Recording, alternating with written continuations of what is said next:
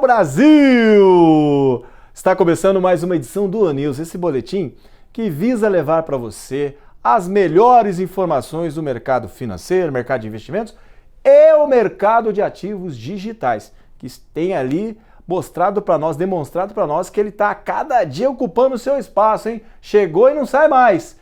Porém, esta semana é uma semana muito interessante, com indicadores para sair, com decisões importantes que vão acarretar mudanças geopolíticas, econômicas, financeiras, nesta semana que começa agora, a 3ª de outubro. Olha só, 3ª de outubro já? Porque outubro começou na metade de uma semana, então já é 3ª, né? Podemos dizer assim.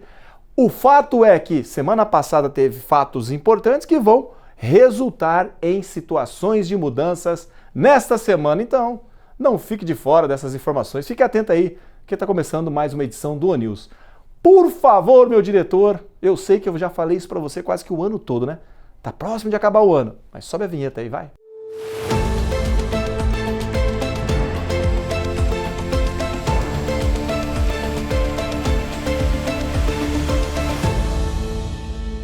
E a gente começa falando da semana passada.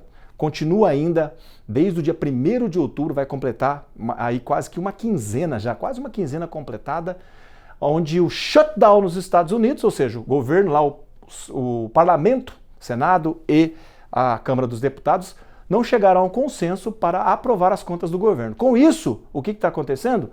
Quase que uma quinzena de shutdown, muito prejuízo ao governo americano, e o governo já apontou demissões no funcionalismo público naquele país. O fato é que o mundo observa essa situação com uma expectativa de que a resposta ou o resultado ou a solução aconteça o mais rápido possível e termine logo o shutdown nos Estados Unidos.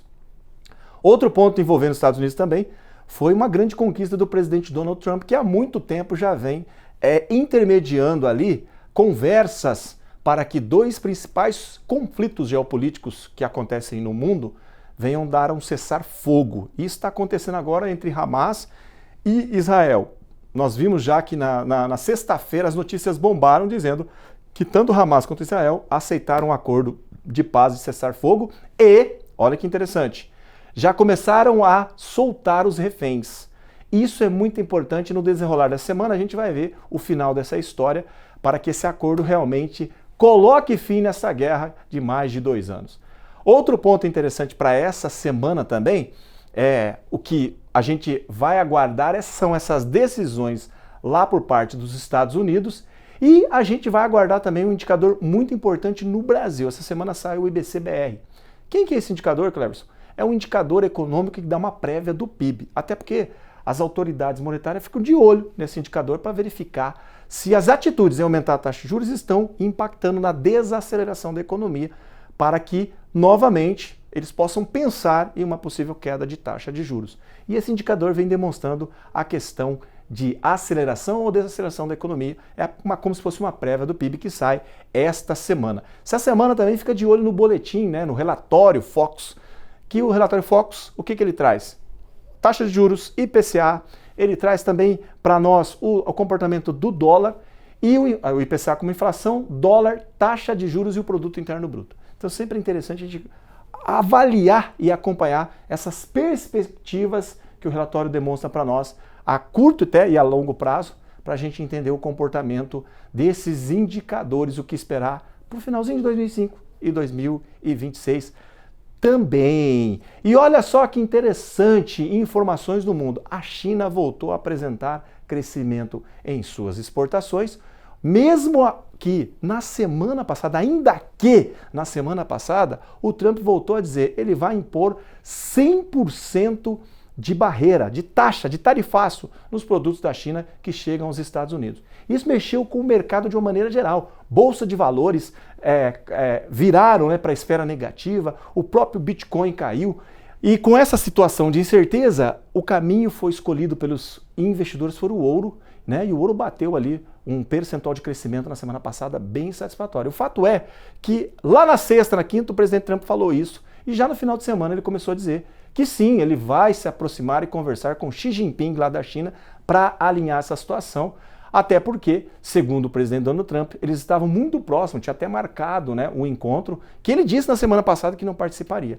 Porém, essa semana o mundo fica atento a essa situação. A gente viu mexendo aí na estrutura do dólar, a gente viu o dólar aqui tendo uma alta quase 2,40 na semana passada em relação ao real.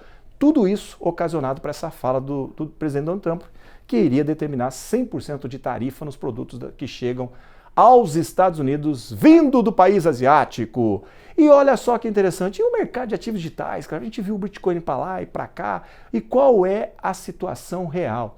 O fato é que a gente viu o comportamento do Bitcoin por momentos econômicos. Então, logo após a primeira redução de taxa de juros do Banco Central norte-americano, a gente já viu a moeda ali conquistando um espaço de crescimento, força compradora, pessoas migrando para a capitalização desse mercado, do mercado desse ativo, melhor dizendo, as pessoas procurando. De repente vem uma incerteza de cenário econômico e alguns investidores que outrora buscavam o ativo digital como um refúgio em cenários de incerteza, eles optaram dessa vez, né, por um ativo como o ouro, mas o fato é que o Bitcoin não saiu do radar de nenhum dos investidores. Até porque, como a gente já falou aqui muitas vezes, pela sua facilidade em relação ao ouro de logística, manuseio, ele é, sem sombra de dúvidas, o ativo preferencial a longo prazo de muitos investidores. E com o passar do tempo, ele deve ser ainda mais escolhido por investidores em virtude da sua facilidade em logística e manuseio. Por isso, vamos todos ficar atentos a esses movimentos de mercado e que esta semana seja uma semana de boas notícias, que todas essas previsões se convertam em algo positivo para a economia local aqui nos Estados Unidos e na economia do mundo. Até porque o nosso Brasil precisa de boas notícias, principalmente na área fiscal.